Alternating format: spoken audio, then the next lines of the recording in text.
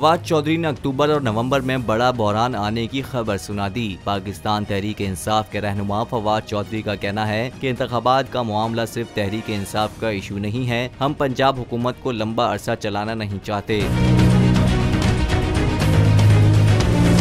एक इंटरव्यू के दौरान फवाद चौधरी ने कहा कि IMF से मुआहदे के बाद डॉलर 15 रुपए मजीद महंगा हो गया। पाकिस्तान में अब गंदम का बहरान भी पैदा हो गया है। 3 लाख लोग पाकिस्तान में नौकरियों से महरूम हो चुके हैं। एक तरफ महंगाई ऊपर जा रही है, दूसरी तरफ नौकरियां खत्म हो रही हैं।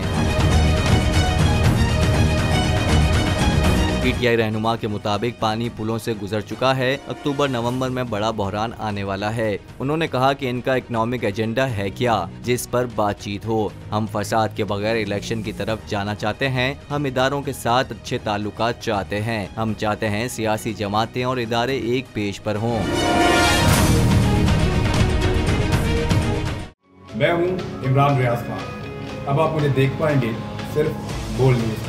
इमरान रियाज खान साहब जो हैं वो बोल फैमिली का हिस्सा बन गए हैं। बड़े अरसे बाद किसी चैनल ने हौसला किया है, तो मुझे ऐसा लगता था कि हमें बोलने की इजाजत नहीं मिलेगी, लेकिन बोल ने डिसाइड किया कि बोलने की इजाजत वो लेकर देंगे। मुझे बोल की एक चीज बहुत अच्छी लगी कि बोल ने कैटेगोरिकली कहा कि जो करना है करो, हमने अपना कोई बंदा नहीं निकालना।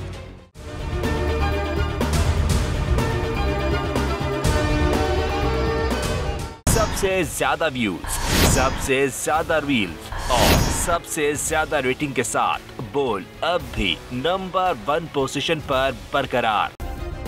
सब्सक्राइब करें और बेल दबाएं ताकि कोई खबर रह न जाए।